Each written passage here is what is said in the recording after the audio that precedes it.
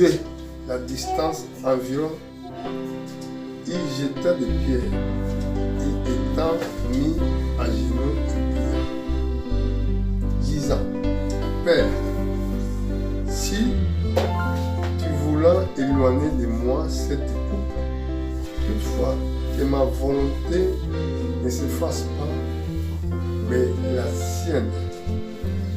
Alors un ange lui apparut du ciel pour le fortifier.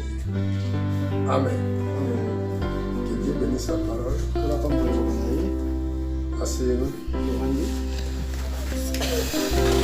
Je vous salue partout dans le monde. Et Dieu vous bénisse. Je suis homme de Dieu pour la Philippe. Aujourd'hui, je viens vous parler sur vaincre un épreuve.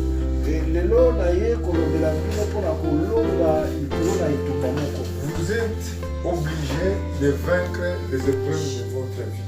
Mais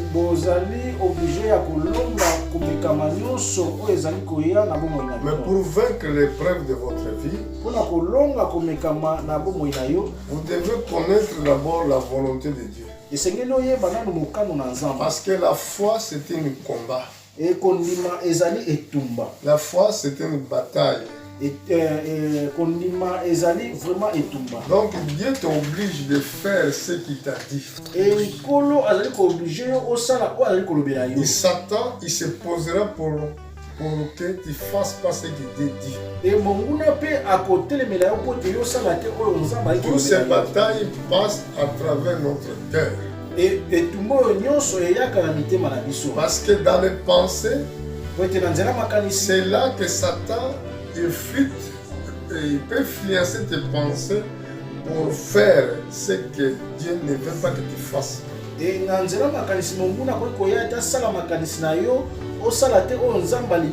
Regardez par exemple, ici c'était notre Seigneur. Tandis que le but de sa naissance sur la terre, il doit mourir pour l'humanité. Afin que l'humanité soit pardonnée. Parce que depuis l'Ancien Testament, personne ne peut aller au ciel. Parce que toute obéissance était privée à la gloire de Dieu. Manque de désobéissance, tu étais privé. Tu ne peux pas entrer au ciel. Comme Adam et Ève, ils sont désobéissants. Ils ont désobéi la parole de Dieu. Nous tous, nous étions dans les descendants d'Adam. Nous étions déjà condamnés. Mais tous les gens là qui mouraient, même depuis Adam jusqu'au temps de Jean-Baptiste, ils partent directement dans le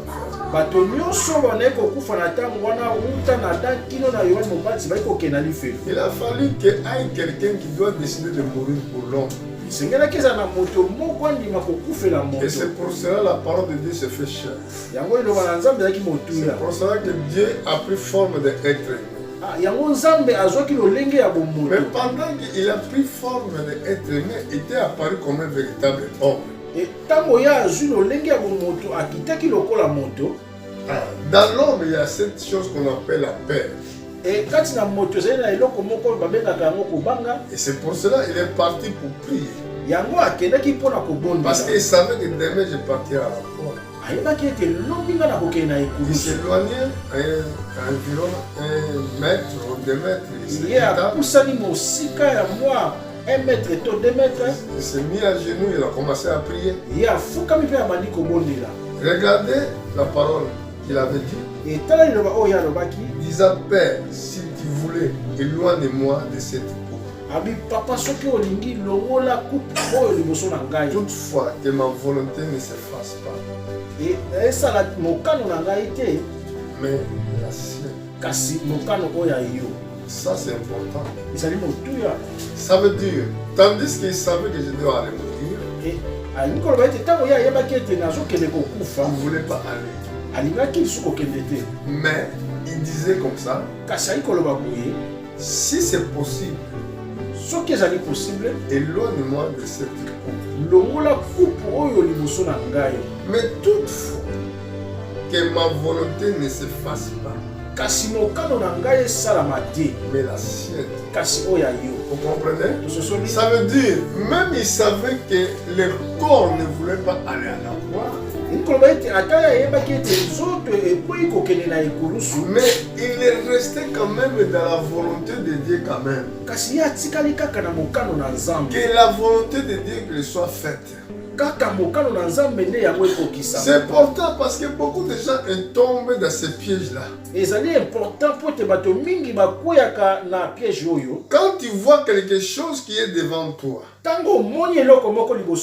dois regarder par rapport d'abord à ce que je vois là, qu'est-ce que la Bible a dit. Tu peux dire que moi j'ai beaucoup travaillé, je suis fatigué, je n'ai pas le temps. Mais Jésus aussi, ici, il voyait les coupes, il avait peur, il était fatigué, donc il ne voulait pas aller. Il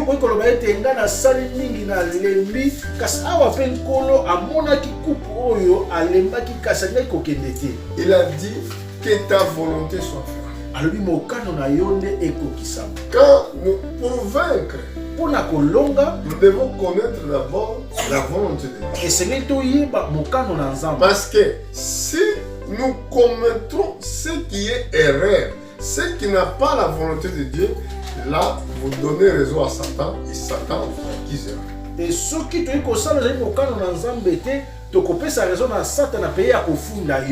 est-ce que vous comprenez? Parce que Satan, il voulait que vous fassiez ce qui est interdit. À des fois, il te donne une maladie afin qu'il t'abandonne la foi. À des fois, il met les épreuves dans votre vie afin que ce que Dieu voulait faire dans votre vie, ça ne se fasse pas. Beaucoup de gens, ils vivent dans la même situation. Ils voulaient se marier, le mariage, il ne vient pas.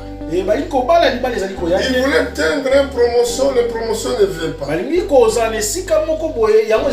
Mais si ils vont être des vrais croyants, il dira que même je passe dans cette situation, Seigneur, laisse que ta volonté soit faite.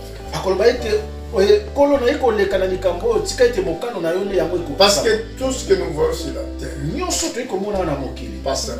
Même la richesse finira un jour.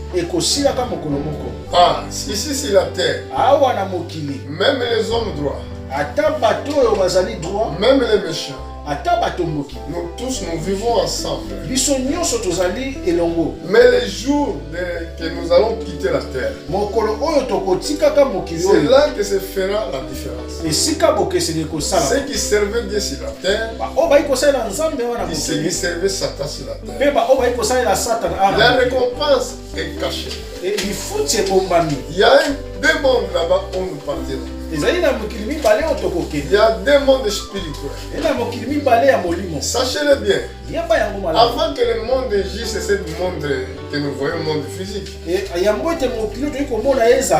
y avait d'abord un monde spirituel. C'est ça qu'on appelle l'éternité. Dans l'éternité, il n'y en a pas jour. Il n'y en a pas la nuit. Amen. Amen. Mais sur la terre, nous avons des jours, nous avons des semaines, nous avons des années. Et c'est pour ça que nous vieillissons. Mais là, il n'y en a pas des années. Il n'y en a pas de jour. Là, c'est la vie éternelle. Tu vivras éternellement. Il n'y aura pas la guerre là. Il n'y aura pas le trouble là-bas. Mais pour mériter cette ville-là qui est éternelle, ici sur la terre, nous avons la Bible. Nous avons les principes de Dieu que nous devons respecter. Alors si nous respectons ces principes de Dieu, c'est ça qu'on appelle vaincre. Là, nous avons vu que l'ange de Dieu a fortifié notre Seigneur. A fortifié.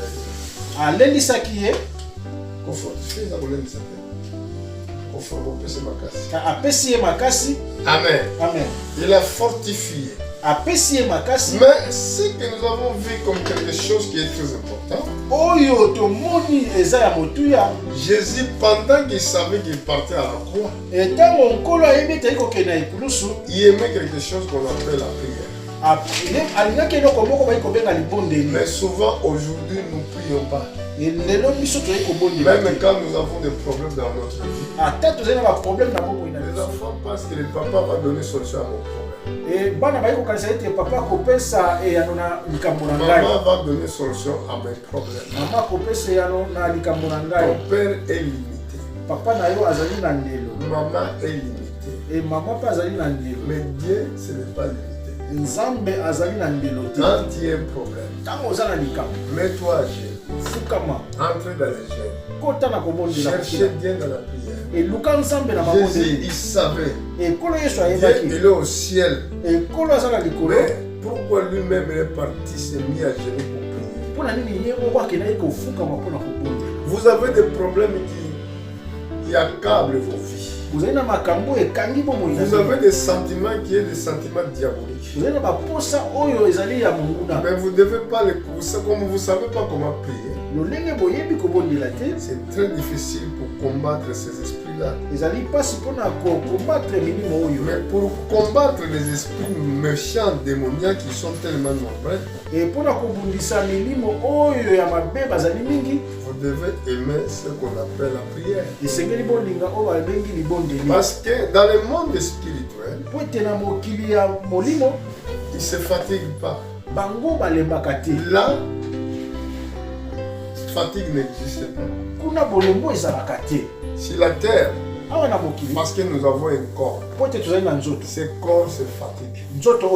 Et c'est pour cela que Jésus avait dit d'ailleurs, priez afin que vous ne tombiez pas dans la tentation. L'esprit est bien disposé, mais le corps est faible.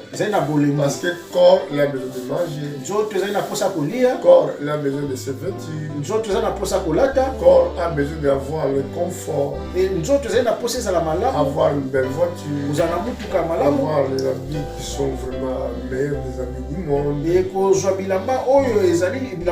Mais dans le domaine spirituel, nous n'avons pas besoin de tout cela. Est-ce que vous comprenez? Et c'est pour cela la Bible a déclaré, Jésus avait dit, priez afin que vous ne tombiez pas dans la tentation. Donc c'est vraiment la prière qui peut t'aider pour éviter la tentation. Mais si tu ne pries pas, tu ne vaincras jamais sur la terre. Ici, si la terre t'y est tombée, ta place sera en enfer. Ce n'est pas moi qui l'ai dit, mais c'est les Écritures. Tu dois faire les efforts de vaincre. Premièrement, pour vaincre, tu dois combattre le sentiment de ton corps. Les sentiments de ton corps. Tu dois les combattre. Amen. Amen. Alléluia. Amen. Mais si tu penses que tu es plus fort, et tu oublies que les sentiments de ton corps, c'est Satan qui explique ça. Tu ne vaincras pas. Regardez, c'est écrit dans le livre de Apocalypse, chapitre 2, verset 7. Ici, la Bible déclare que celui qui a des oreilles entend ce que l'Esprit dit aux églises. Celui qui vaincra, je lui donnerai à manger de l'arbre de vie qu'il y a dans le paradis de Dieu.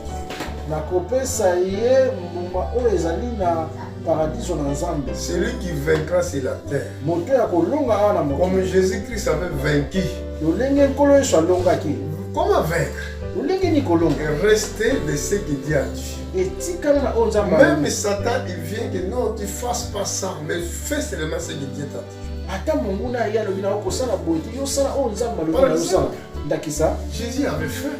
Pendant qu'il priait pendant 40 jours, Satan il est venu. Il a dit, prends les pierres,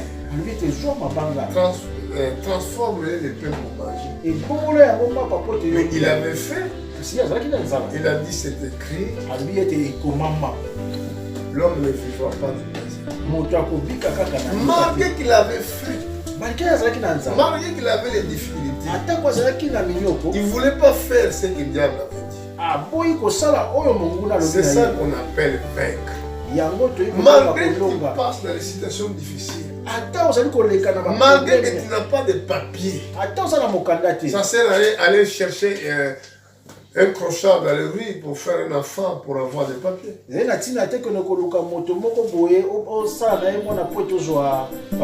Beaucoup de gens le font.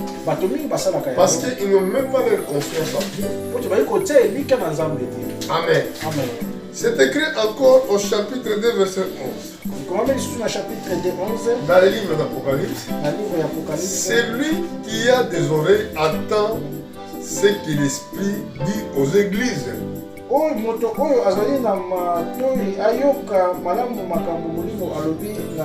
Celui qui vaincra n'aura pas souffert la seconde mort. Écoutez bien ici. Il y a la mort qu'on appelle la mort clinique. Il y a la mort spirituelle. Mais tout cela, la mort qui est difficile, c'est la mort spirituelle. Parce que l'esprit ne meurt pas. Quand on dit la mort, ça veut dire Dieu est séparé avec Dieu. C'est pour cela ici. Ici, ce n'est pas quelqu'un qui va batailler pour toi. Ce n'est pas ton père, ni ta mère, c'est toi-même. Parce que c'est écrit en ce livre que celui qui a des oreilles attend ce que l'Esprit dit aux églises. Celui qui vaincra n'aura pas à souffrir la seconde mort. Si tu ne voulais pas croire à cela, vouloir comprendre, la seconde mort va te frapper. Chapitre 2, verset 17. Que celui qui a des oreilles attend ce que l'Esprit dit aux églises.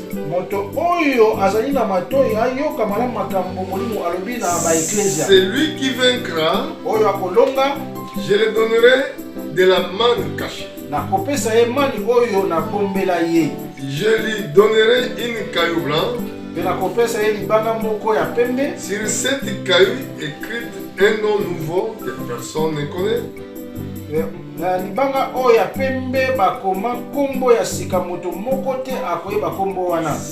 Ce n'est que celui qui le reçoit. Si tu vas vaincre, tu auras une grande récompense. Dieu va te récompenser. C'est pour cela, comme aujourd'hui nous avons encore la vie, regardez ce que les sentiments qui dirigent nos corps.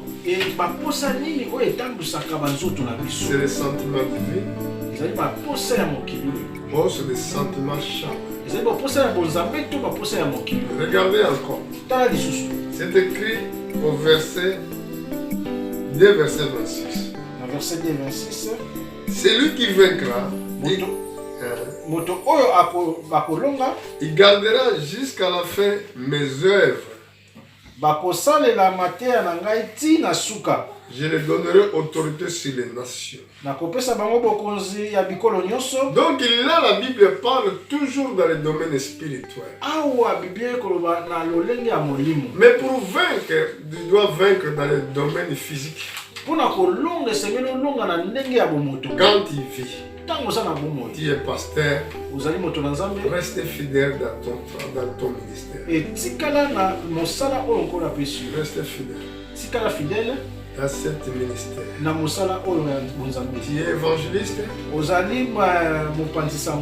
Reste fidèle. Tu es pauvre. Reste fidèle dans ta pauvreté. Sers Dieu avec tout ton cœur. Obéissez Dieu de tout ton cœur. Comme c'est écrit au chapitre 3, verset 12 du livre de l'Apocalypse. Dans chapitre 3, verset 12. C'est écrit, celui qui vaincra. Je le ferai de lui une colonne du temple de mon Dieu. Oyo bakolonga na kotia bango lokola bakonzi na kati ya ndako ya nzambe na ngai. Il ne sortira plus. Bakobima te. J'écrirai sur lui le nom de mon Dieu. Nakokoma likolo na bango nkombo ya nzambe na ngai. Et le nom de la ville de mon Dieu. Mpe nkombo ya mboka ya nzambe na ngai. Et la nouvelle Jérusalem qui descendait du ciel auprès de mon Dieu. Yango ezali Jérusalem ya sika oyo ekouta na likolo esika nzambe na ngai azali. Et mon nom nouveau. Nakokoma mpe likolo na bango nkombo na ngai ya sika. Verset 3, 21. Verset 3, 21. C'est lui qui vaincra. Je le ferai s'asseoir avec moi sur le trône, comme moi j'ai vaincu. Il me suit assis avec mon Père sur son trône. Oyo bakolonga na kopesa bango nzela ya kofanda penepene na ngai na kiti na ngai ya bokonzi ndenge ngai na longi pe na fandi penepene ya tata na ngai na kiti na ye ya bokonzi. Jésus-Christ avait bataille.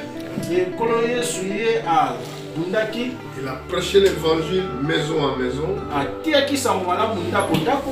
Beaucoup les gens le suivaient. Bato mingi bayeki kolobela ye mabe. Beaucoup ils parlaient mal. Bato bayeki kolobela ye mabe. Beaucoup les confrontaient. Bato mosusu bayeki kobundisa ye. Mais il savait. Kasi ayebaki. Si il doit avoir, si il va rester fidèle. Et ce qui a kotikala fidèle, il y avait la gloire qui l'attendait vers l'autre côté. Maintenant il s'adresse à toi. Il a dit celui qui vaincra. Je le ferai s'asseoir avec moi sur mon trône. Comme moi j'ai vaincu, il me suit assis avec mon Père sur le trône. Apôtre Paul a dit, celui qui persévérera jusqu'à la fin. Amen. Amen. Celui qui va persévérer jusqu'à la fin, je lui donnerai le pouvoir. Mon Seigneur est donc, il régnera avec moi, Jésus-Christ. Pour régner avec Christ, nous devons persévérer. Amen. Amen. Mais vous devez connaître d'abord Satan. Satan, il ne se voit pas comme ça physiquement. Il est spirituel. Il utilise les choses matérielles pour vous troubler. Pour vaincre. Quels sont pour finir par. Quelles sont les choses qui peuvent empêcher que ta vie va, par exemple, en affaire? Or, quelles sont les choses qui peuvent ramener ta vie en affaire? Nous allons voir ce que la Bible dit dans le livre. Les choses qui peuvent faire que ta vie va en affaire. Beaucoup de gens qui sont en affaires, qui sont des ignorants. Ils ne rendaient pas compte pendant qu'il était dans cette vie terrestre. Ils négligeaient les bonnes choses. Amen. Amen. Je suis dans le livre de Galates. Au chapitre 5. Galates 5. C'est là que je vais finir ma prédication. Galates chapitre 5, verset 19. Galates 5, 19. Regardez ce que la Bible va nous dire. Et tala o Bible comme la biso. Or, les œuvres de la chair sont manifestées, ce sont impudicités. Toyebi malamu makambo posa ya bomoto etindaka kindumba. Impureté. Makanisi ya bosoto. La désolation. Pe makambo ya nsoni. Idolâtrie. Kusambela banzambe ya bikeko. La magie. Kindoki. Les inimitiés. Koinana. Les querelles. Kuswana. Les jalousies. Zua. Les animosités. Kanda. Les disputes. Kutsana ntembe pe ko. Les divisions. Kukabwana. Les sectes. Kuboyana. Les envies. Uzana na motema lukunya. Les envies, c'est le désir. Les vraineries. Kulangwa masanga. Les excès de table. Lukoso ya kolia. Est-ce que vous avez bien choisi? Vous avez bien suivi? Tolani malamu. L'excès de Lukoso ya kolia. Souvenez bien dans cette place-là. Chandelo nesika oyo. Il est chose semblable. Pe makambo mosusu ya ndenge wana. Je vous dis d'avance. Zali koyebisa bino ndenge nalobaki liboso. Comme j'avais déjà dit. Ndenge nalobaki. Que ceux qui commettent de telles choses Ba oyo basalaka makambo wana ne hériteront point les royaumes de Dieu. Bakozala bato ya bokonzi ya Nzambe te. Vous avez bien suivi? Tolani malamu. Ne hériteront point les royaumes de Dieu. Bakozala bato ya bokonzi ya Nzambe te. Je m'adresse à vos filles. Nayi kolobela bino bana. Chapitre 5 du livre de Galates. Chapitre 5 ya mokana na Galate. Au verset 19. Verset 19. Regardez ce qui peut t'empêcher d'entrer au ciel. Et tala oyo kopekisa yo okota na. Ce sont des œuvres que notre chair fait. Ezali makambo oyo nzoto na biso esalaka. Sont manifestées dans notre corps ces choses-là. Ezali kosalama na nzoto na biso makambo oyo. C'est l'impudicité. Ezali kindumba. Ça veut dire les gens qui vivent une vie immorale. Et bato bazali na vie oyo ya kongana. Fais attention même dans les vidéos, même dans les conversations. Fais attention à ces choses-là. Et ça là bokebi ata na nzela kosolola, ata na ba vidéo. Même quand vous regardez dans votre programme dans les portables. Ata vous allez kotana ba programme na bino na ba. Parce que personne ne peut être là pendant que vous regardez les portables. Moto moko ta ko kozala ntango ikotana ka ba téléphone. Mais Dieu est là. Nzambe azawana. La Bible déclare impureté, la désolation.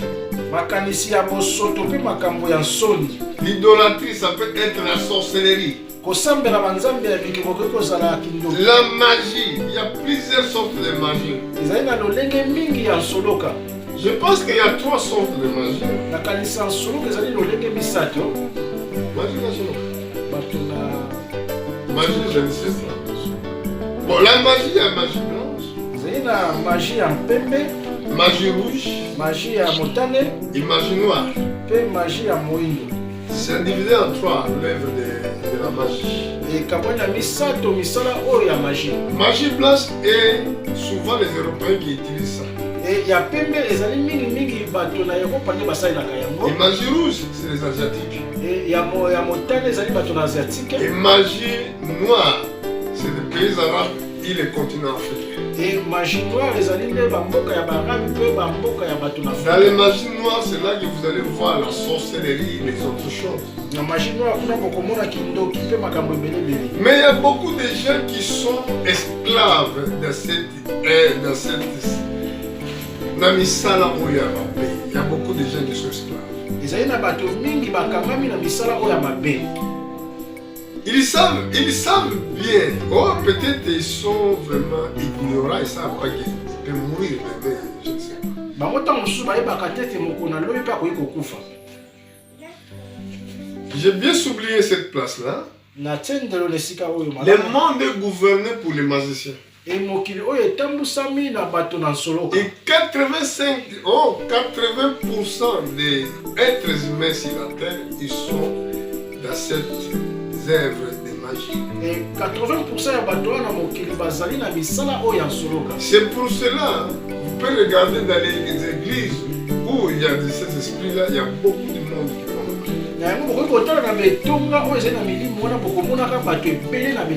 Mais où il y a vraie parole, il y a personne qui va. Amen. Amen. Alors, à la fin, les gens là, ils partiront à la fin. Comme apôtre Paul a souligné au verset 21. Il a dit, celui qui je vais lire ça, il a dit, dans la fin du verset 21, je vais lire, bon, on va lire 21, verset 21, c'est écrit, les envies, les ivrogneries, les excès de table, et les sauts chapelains.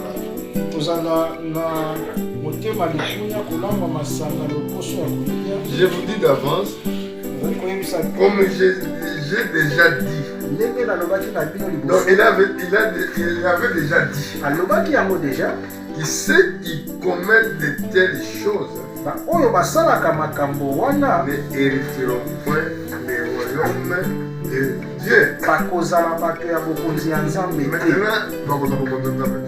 Maintenant, je pose la question. Si il ne va pas hériter le royaume de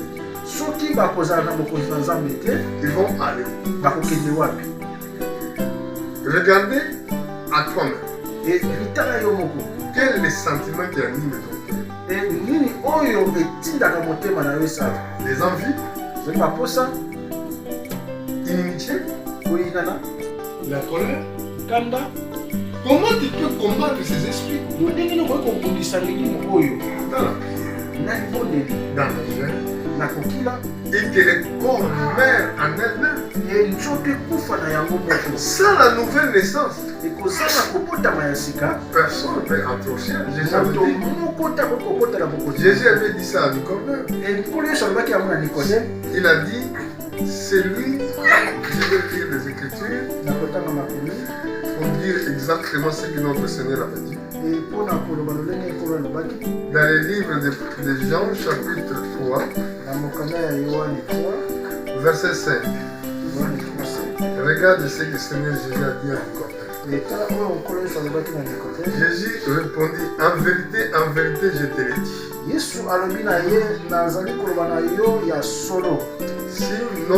Si homme n'est né de l'eau et d'esprit, ne peut entrer dans le royaume.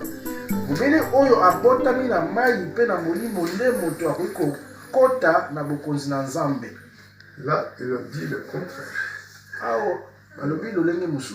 Mais c'est la même chose. Donc, si il a dit, il s'agit de naissance du corps. Ça veut dire que c'est la transformation de ton corps en revêtir l'immortalité.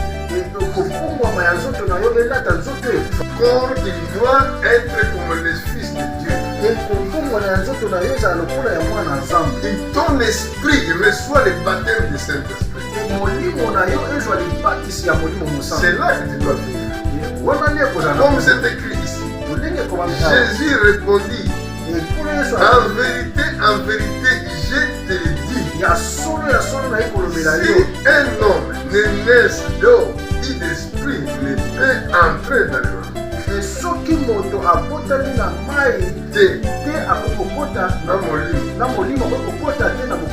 très important. Et c'est pour ça ceux qui ne sont pas nés de l'eau et d'esprit, c'est là que nous avons vu des œuvres de la chair. Comme nous sommes dans le temps de fête, vraiment il se regarde. Il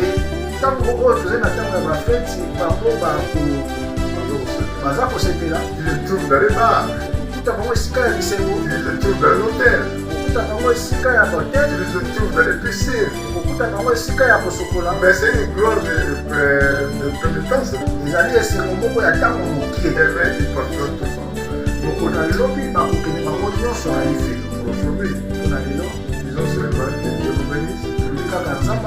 Restez fidèles avec Dieu pour vaincre. Amen. Amen.